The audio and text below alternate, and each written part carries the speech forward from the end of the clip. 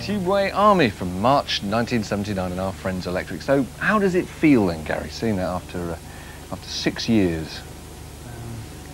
It's only a little bit embarrassing. It's not as embarrassing as I thought it would be.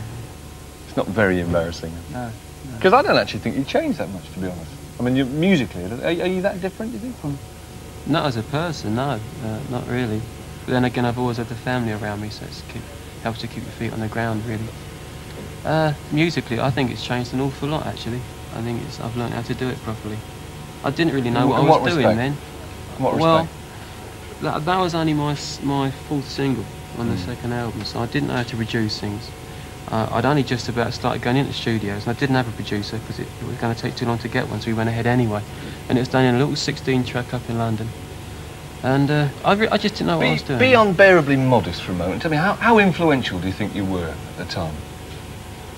I probably made synthesizers known in that they could be used to make pop songs with rather than very grand electro-classical type Which things. groups do you think were definitely influenced by what you did?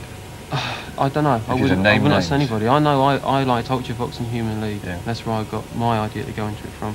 Who followed me, I have no idea. They would probably deny it anyway.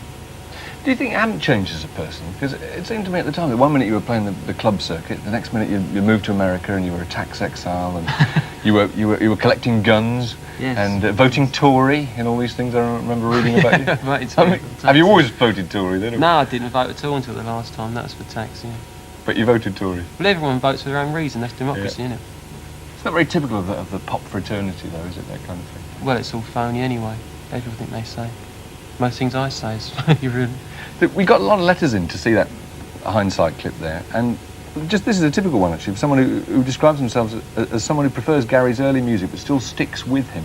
What is it you think has inspired such fantastic loyalty? I don't know, and I don't know why they prefer the old stuff. I think maybe it's because the press have always been a little bit anti-me, or a lot anti-me maybe, and that probably helps people to feel like they're into something special, something unique which nobody else likes, and they like that. That's probably why in England you get a lot of people like to be into this week's new thing. Have you a great master plan that you can reveal? No, not what you're going to be doing in a year's time or something? I don't know. I've got this live album coming out, which is to help a tour in Europe. Yeah.